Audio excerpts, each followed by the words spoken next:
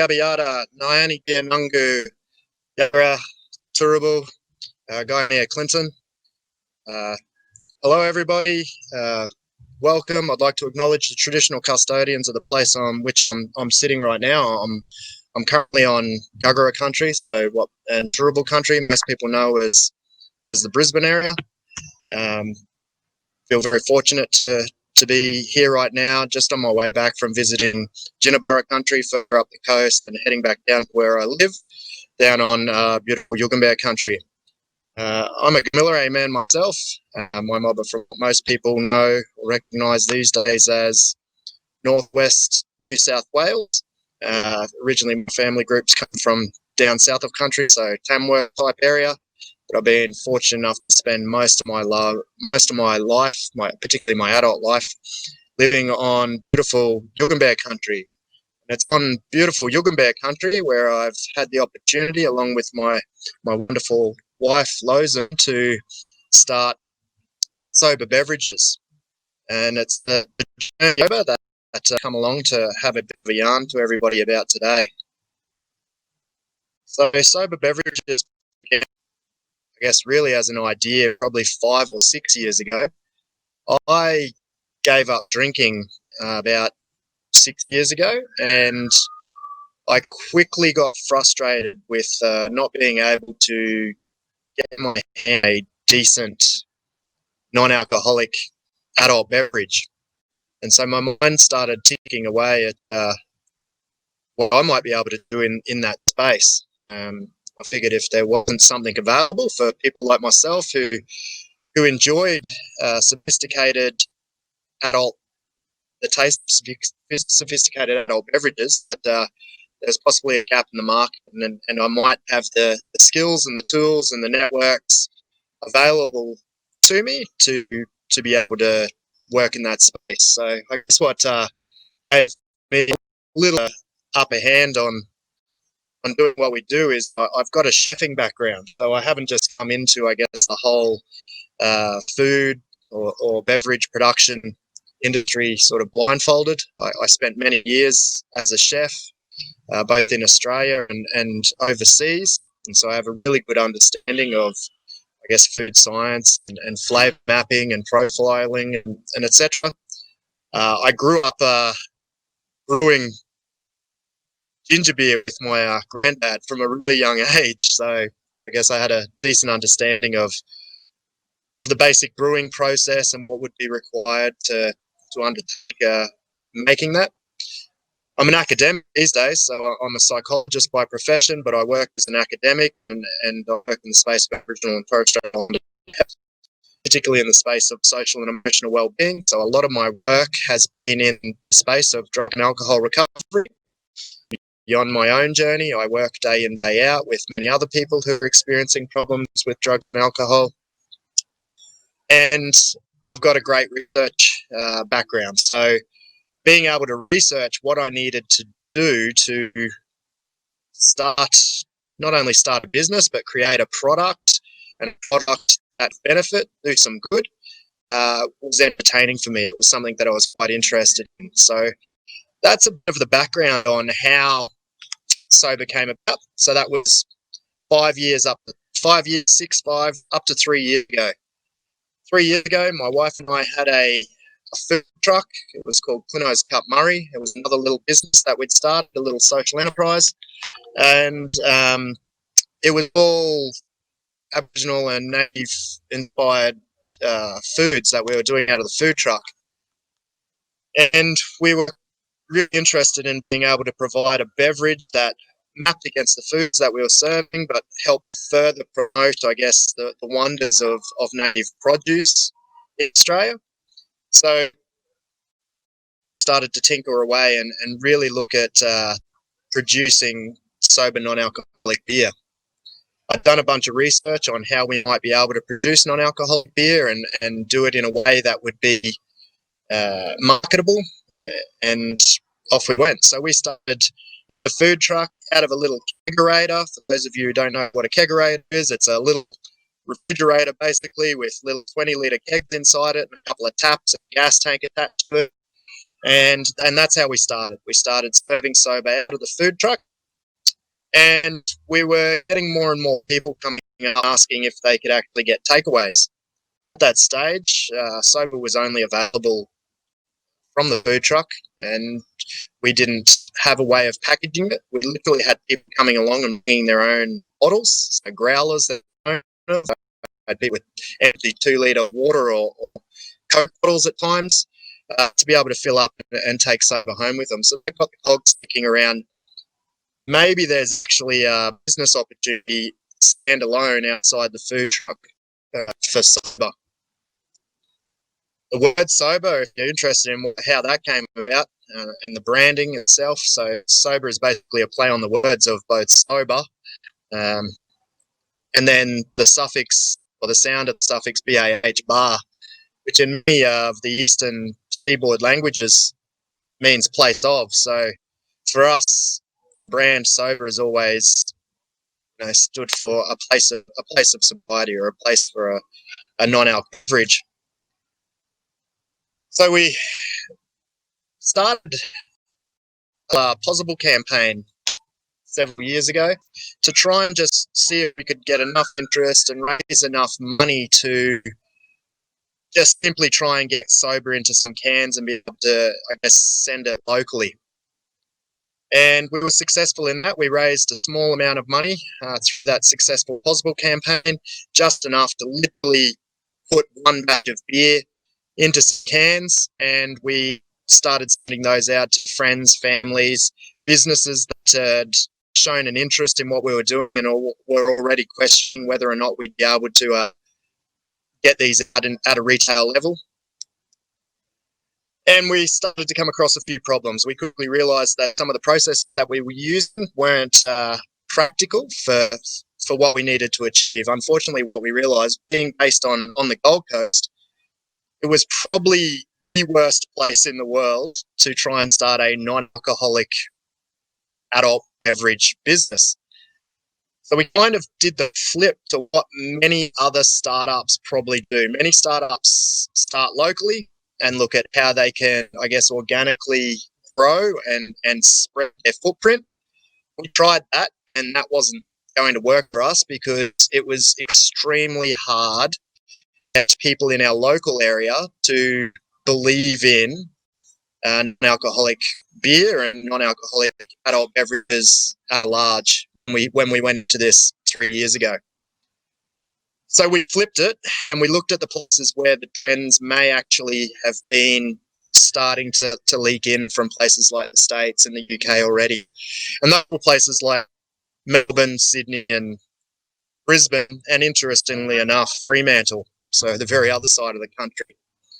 So we looked at how do we actually make our product stable enough and affordable enough to be able to get it out to those markets, and see if we can grow in those regions and then start to grow back towards the Gold Coast organically as the trend nationally started to increase.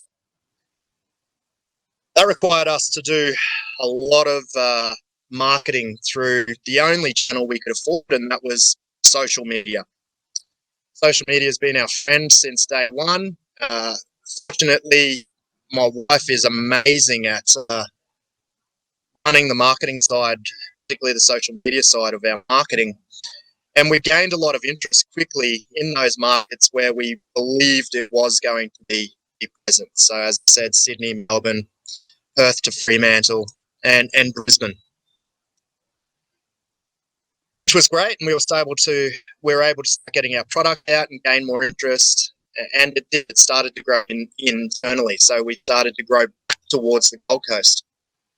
But growth was never really the driving factor, or individual sort of growth for individual gain, I guess, or for the business itself, just personal gain. Growth for us has actually always been driven, I guess, from a position of wanting to be able to do good. Now, one of the keys of my law, Yugambeh, is, if you're fortunate enough to receive, have an opportunity, and you have a responsibility to provide back, give back. Fortunate enough to have a lot of opportunities in my life, and I felt an overwhelming sense of having to be able to do something with that. So Sober may be promoted as a non-alcoholic craft beer business, but at the end of the day, the beer is just the product. We see ourselves as a cultural wellness business. So our two passions are really in driving a positive agenda around Aboriginal and Torres Strait Islander culture, history, foods, ways of knowing and being. And on the other side, large driver is being able to do something really positive in the healing space, particularly the drug and alcohol recovery and healing space. So our driving force from day one has really been to get as big as we possibly can, as quick as we possibly can, because we see that is our best opportunity to create the independent monies we need to do that healing work.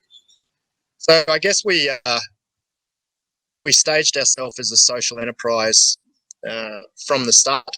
I'd like to see myself working from a position as, and it's a bit of a catchphrase at the moment, and something that I've finally been able to kind of find a little bit of connection to. I've never really been a fan of the term entrepreneur, to be honest, but there's a term floating around at the moment, indigipreneur, which I think sits a lot more close to the values that I hold as a Gamilaroi man and as Sober as a company strives to work from. Being an indigipreneur is all about thinking about how do I create something for the better good of as many people as possible and be able to give back.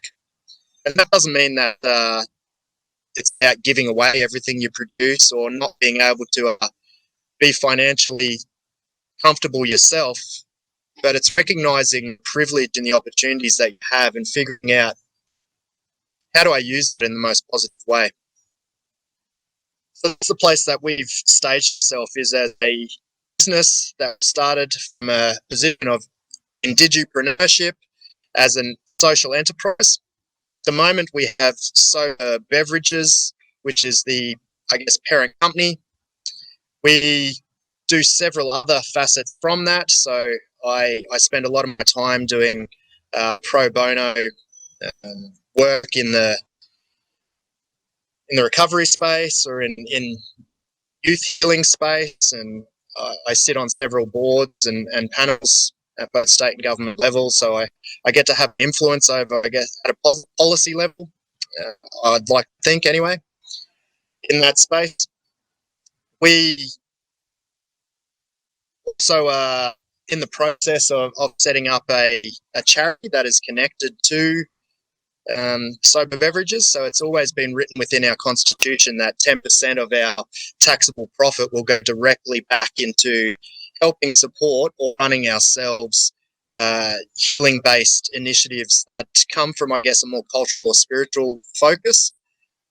Being a psychologist and having worked a lot with NGOs over the time, I know what does and doesn't get supported, particularly by, I guess, government bodies and large NGOs. And often anything that's more grassroots and community driven, but we can see is very successful at a small community level, struggles to get support, definitely struggles with current funding, which makes it really difficult for any of these smaller based interventions to ever be able to prove to gain empirical evidence. And that's what all funding bodies tend to focus on these days, is empirical evidence. But if you don't have the support to go out and trial and retrial and expand initiatives to gain that sort of data, then you can never actually show the empirical evidence. So that's what we want to be able to do. We want to be able to help some of the grassroots initiatives and some of the ones we've developed ourselves to be able to develop an evidence-based for community-based grassroots, culturally or spiritually driven healing. So as we go through this, I can see that there's some questions just coming to come through.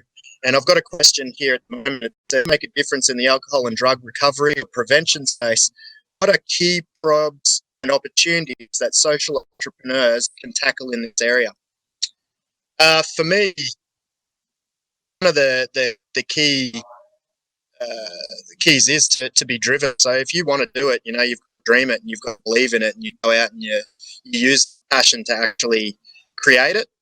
in the social enterprise space, or just in business space in general. At times, business can be a very individualist sort of universe, and sometimes you've got to be really careful about who you may get on things like advisory board or your general business board, and make sure that they're sharing the same ethos as yourself and as the business that you're trying to drive, and that they understand that it's actually beyond personal gain and greed, and that it's actually about being able to give back and do something for others. In the drug and alcohol space, particularly, I think it's really important that we're able to come at it from a real deep sense of empathy if you've actually experienced it yourself. But even if you haven't experienced it, being part of that journey yourself, to be able to still come at it from a just as powerful position of sympathy. Both sympathy and empathy drive compassion, and compassion's a really great tool or motivator to do good and give back. So I think it's really important that when we want to work in that space, we're allowing those to be present to drive what we do. So thank you very much for the question, and I hope it gives you some answers. In terms of opportunities, there's a gamut of opportunities out there, and really, these days with things like LinkedIn, you can get on, you can find really small grassroots community-based initiatives, organisations, or individuals that are trying to do some goodness work. And sometimes what they need is a helping hand, be that in terms of business modelling and program structuring, or maybe it is in terms of financial support. There's many different ways that we can give back and that we can actually support, and I think that's a wonderful thing to be able to consider. So thank you very much for that question. If there's any more questions, feel free to just throw them through. My wife's here. She's got the question Q&A open, and she'll let me know as soon as questions come through. So we've only got a couple of minutes left. So please, if you do have any questions, if you get them up, and I can attend to them as quick as possible. So I've got another question that's just come through. Did you ever have source funding from others, and how did you do it? When we first started, we were completely self-funded. So we started really small. We were self-funded. I was fortunate that I was working in a decent paying full-time job. And I also had a consultancy business on the side. So we had independent funds of our own that we could use. As I mentioned, we did do a possible campaign. So we did do a crowdfunding campaign to get us to that next level. We then had an angel investor. It was a friend of mine who's known me for a very long time. We just happened to stumble across each other after a long time of disconnect. And he was extremely interested in what we were doing, and he fortunately came into a little bit of money, and he invested enough to get us to our sort of next small stage of growth. We're actually in a position at the moment where we're getting all the paperwork and all our systems, processes, and strategies in place to go to our next large-scale sort of investment round, and that's the process of really figuring out what do we need to achieve our greater vision, and finding then the people that we feel share the same, as I said, ethos as us, and are going to be in it for the right reasons, and they're going to be able to help us grow not just financially, but also in terms of I guess, business management capacity to be able to get that next stage. So originally we used Possible. We found Possible great to work with. In terms of what we're looking at now, there's a possibility we might go to virtual to do investment rounds. That's one of the things that we're looking at. So virtual is actually connected to the same people who do Possible, and as I said, we had a really positive experience with them. So is there any other questions at all? We've only got about 35 seconds left. So if there's no other questions, if you want to pop onto our website and see what we do, www.sober.com.au. You can see what we do there. Join our socials, sign up, get our newsletter. It'll keep you up to date with everything that we're doing over at Sober Beverages. As I said, the next big thing that we're hopefully going to be launching is our charity arm, which will be the Sober Initiative. Please stay tuned. Thanks for following us. Thanks to Spark for the opportunity. Kabanindu. Goodbye.